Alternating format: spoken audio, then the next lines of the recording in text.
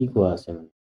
1 centimetre ব্যাসাৰ্ধৰ অৰ্ধগোলক এটাৰ ওপৰত অৰ্ধগোলক কোনটো এইটো বাতিৰ দৰে হৈ থকাটো অৰ্ধগোলক এটাৰ ওপৰত 1 সেন্টিমিটাৰ ব্যাসাৰ্ধৰ 1 সেন্টিমিটাৰ ব্যাসাৰ্ধৰ লম্বীয়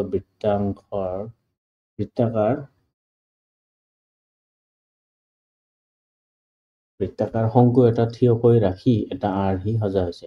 শংকু কোনটো এই জংটো ইয়াৰ পৰা যেটো এনেকৈ আস্তানা হৈছে এটোক ক'ব শংকু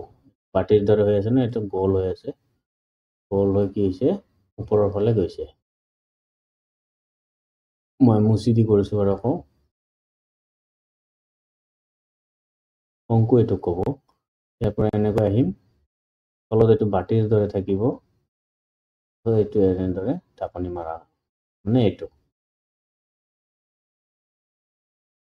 এটোক কোৱা হয় শংকু আৰু যেটো এইটো থাকে এটোক কোৱা হয় অৰ্ধগোলক আলোনা ইমান বিশেষকে ধৰি লোৱা এটো গোল অৰ্ধগোলক এতিয়া আমাক দিয়া আছে 1 সেন্টিমিটাৰ যদি এটো সেন্টাৰ হয় তেনে অৰ্ধগোলকৰ ভিতৰত এটো 1 সেন্টিমিটাৰে আছে ওপৰতো 1 সেন্টিমিটাৰে গৈছে ব্যাসাৰ্ধ এটো 1 সেন্টিমিটাৰ এটো 1 সেন্টিমিটাৰ মানে আমাক এতিয়া কি উলিয়াব লাগে আমাক কৈছে কি যদি শংকুটোৰ উচ্চতা ইয়াৰ ব্যাসাৰ্ধৰ সমান ব্যাসাৰ্ধ মানে ইয়াৰ পৰা এটো ব্যাসাৰ্ধ 1 সেন্টিমিটাৰ গৈছে তেনেহলে এটো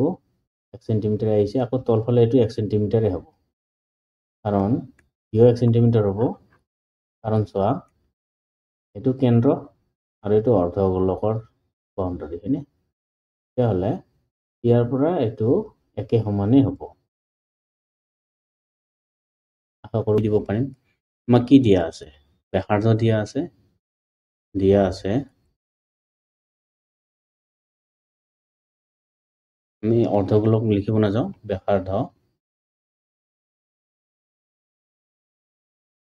ব্যাসাৰ্ধ দিয়া আছে 1 সেন্টিমিটাৰ and শংকুৰ উচ্চতা দিয়া আছে 1 সেন্টিমিটাৰ মই এইখিনি দিয়া আছে অৰ্ধগোলকৰ আমি সূত্ৰ জানো অৰ্ধগোলকৰ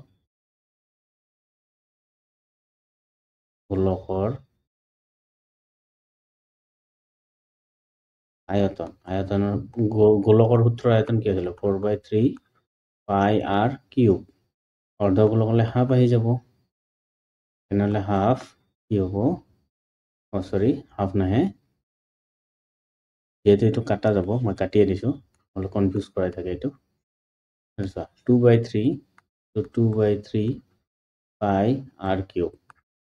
এটো পাই গলো আৰু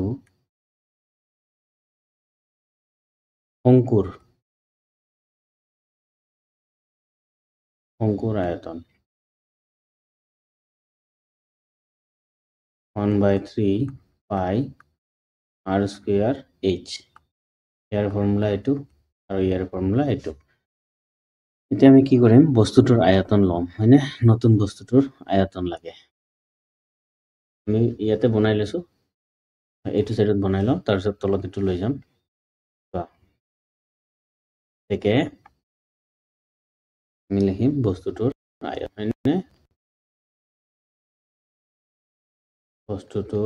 আয়তন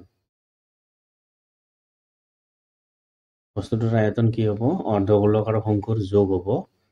তেনেহলে 2/3 পাই r কিউব প্লাস 1/3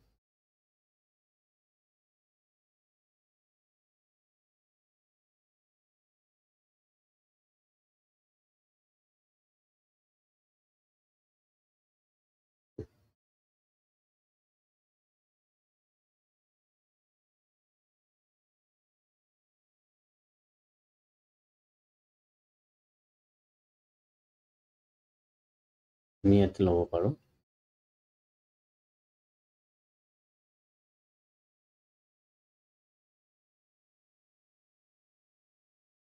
1/3 কি হ'ব এটো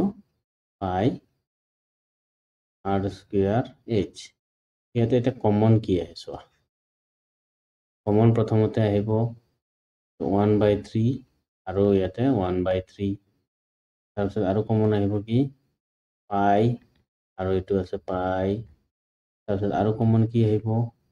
ইয়াতে r স্কুয়াৰ কমন আহি যাব কাৰণ ইয়াতে r স্কুয়াৰ যিহেতু আছে এটা r প্ৰথমটোত ৰৈ যাব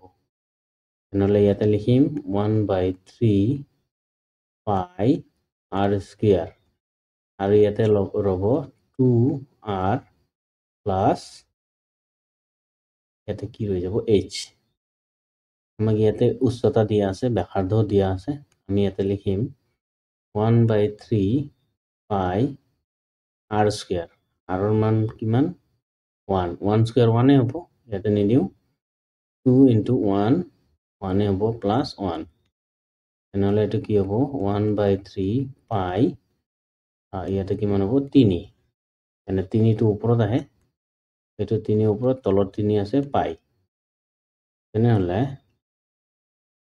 কাটাকাটি কৰিলে কিমান পাম এইটো কাটাকাটি কৰিলে পাই পাই যাম হয়নে নহ'লে ইয়াৰে মানটো কিমান আহিল পাই অপশ্যনত এতিয়া আছেনে পাই যদি নাই তেতিয়াহ'লে এইটো অপশ্যনটো ভুল দিয়া আছে আমাক নিশ্চয় এতিয়া তলত কপি কৰি লৈ যাম